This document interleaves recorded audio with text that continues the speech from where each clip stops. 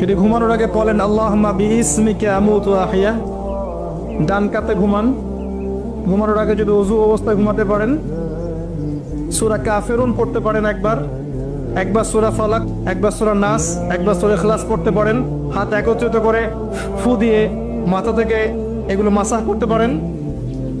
সারা রাত নফল পড়লে যে নেকিটা পেতেন ঘুমের মধ্যে পেয়ে যাবেন ইনশাআল্লাহ। এই জুমার রাত চলতেছে না, কালকে জুমার দিন। জুমার দিন একটা সূরা পড়তে হয়। সূরাটার নাম কি? জোরে বলেন। সূরা কাহাফ জুমার দিনে তেলাওয়াত করলে এক জুমা থেকে আরেক জুমা পর্যন্ত আপনার এই যে হায়াত, এটা ইমানে নূর দিয়ে আল্লাহ ভরে দিবেন ইনশাআল্লাহ। আর এই সূরা কাহাফ আপনাকে দাজ্জাল রুহের জগতে যদি কখনো আপনার সাথে আমার দেখা হয়ে থাকে, দুনিয়াতে আপনার সাথে আমার দেখা হবে ইনশাআল্লাহ। রুহের জগতে যদি আপনার আমার মধ্যে ঘনিষ্ঠ ভালোবাসা থেকে থাকে, এখানেও ভালোবাসা হয়ে যাবে ইনশাআল্লাহ। তুমি দিনে একটা বারো আল্লাহকে বলো না আস্তাগফিরুল্লাহ ওয়া আতুবু ইলাইহি, খেয়াল করে দেখবা কোরআন তেলাওয়াত শুনে তোমার চোখ দিয়ে কখনো পানি পড়ে না। কখনো কি খেয়াল করেছো?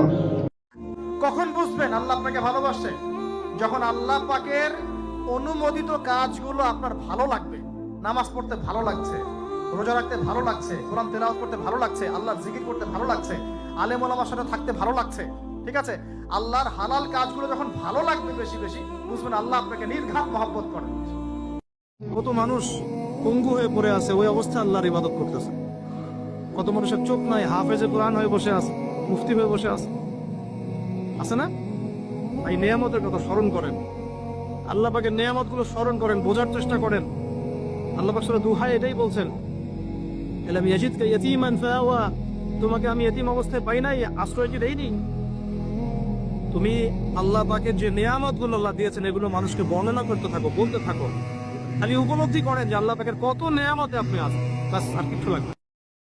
হাসবি আল্লাহ, আল্লাহ আমার জন্য যথেষ্ট। লা ইলাহা ইল্লাহু, তিনি ছাড়া কোনো ইলাহ নাই। আলাইহি তাওয়াক্কালতু, আমি তার প্রতি তাওয়াক্কুল করেছি, ভরসা করেছি। ওয়া হুয়া রাব্বুল আরশিল আযীম, তিনি মহান আরশের রব।